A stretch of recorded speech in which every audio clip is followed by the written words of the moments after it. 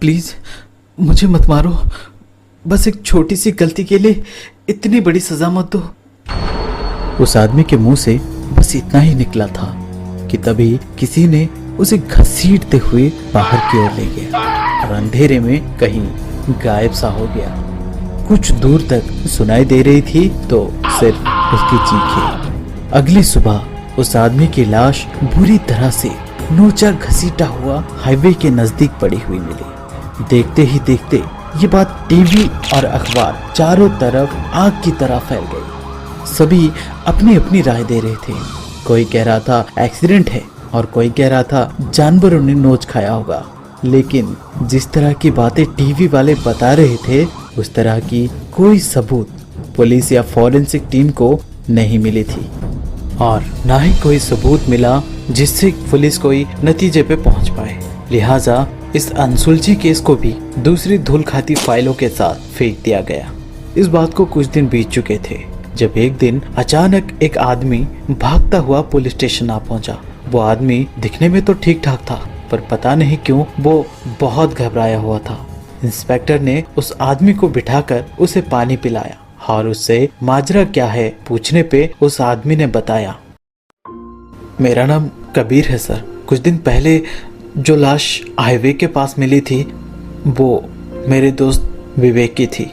हम दोनों एक ही ऑफिस में काम करते थे, यहाँ तक कि दोनों एक ही फ्लैट में भी रहते थे।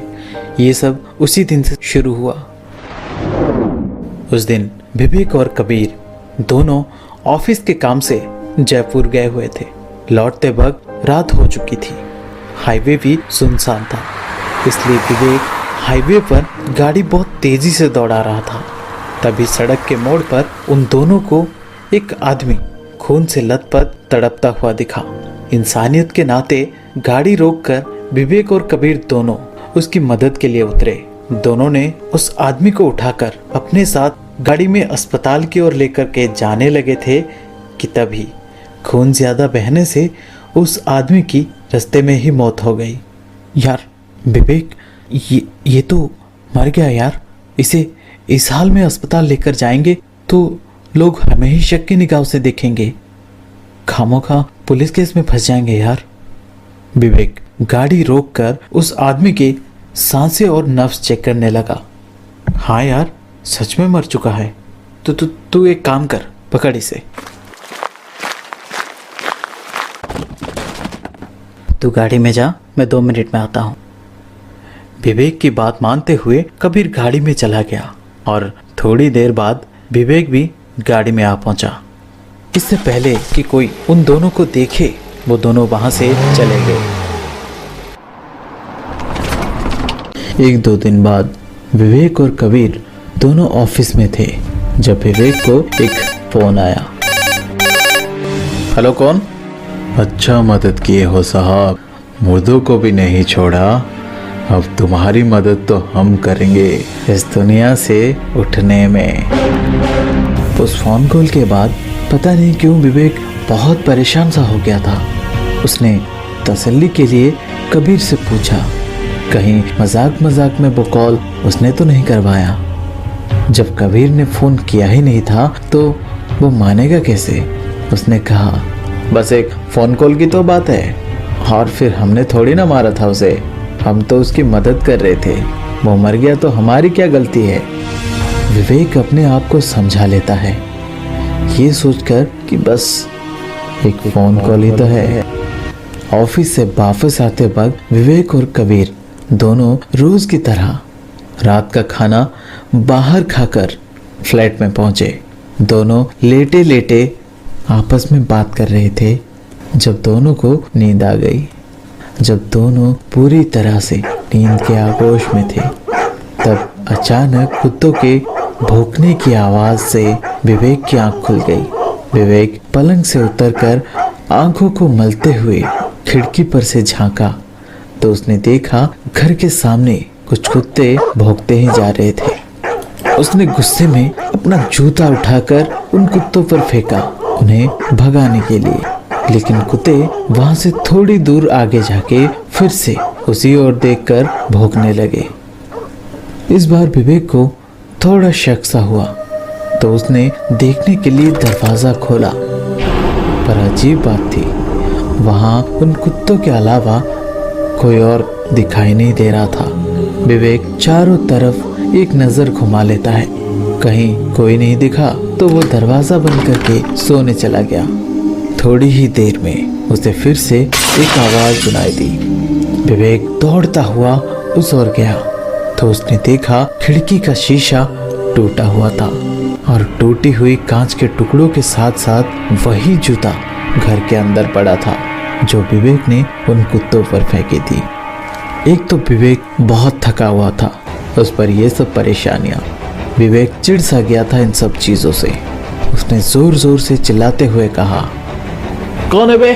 साले हिम्मत है तो सामने आके दिखा।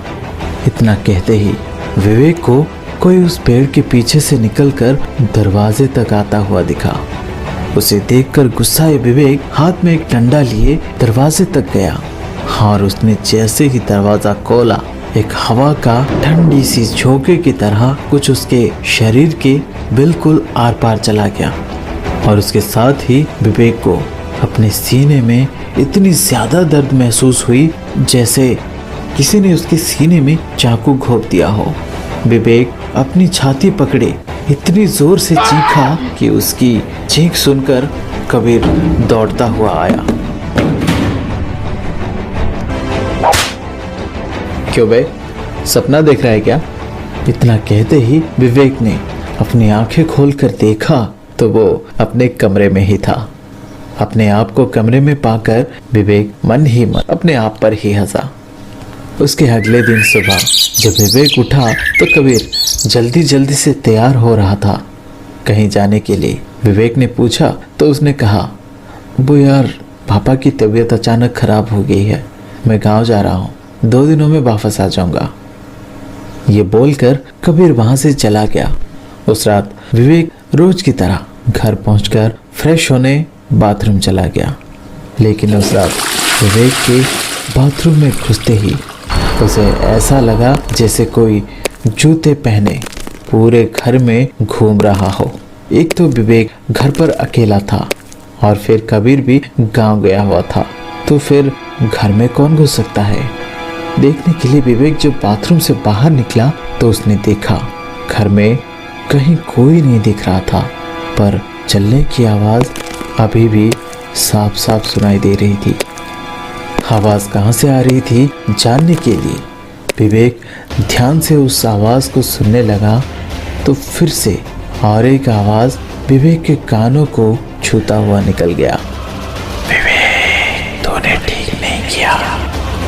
ये सुनकर विवेक चौंकता हुआ अपने आसपास देखने के लिए मुड़ा तो उसने देखा नीचे फर्श पर एक लाल रंग का मोटी लकीर जैसा कुछ उसके कमरे की ओर गया हुआ था। हाथ लगा के देखा तो पता चला वो खून था। विवेक उस निशान को फॉलो करता हुआ उसके कमरे तक गया तो उसने देखा पलंग पर जो गद्दा पड़ा था वो सरका हुआ था। विवेक दौड़कर उस पलंग के पास गया और पागलों की तरह कुछ ढूंढते हुए, ये नहीं हो सकता, वो मेरा है। तभी किसी ने पीछे से कहा, चुराई हुई चीज कभी अपना नहीं होता। इतना सुनते ही विवेक कुछ बोले या कुछ करे इससे पहले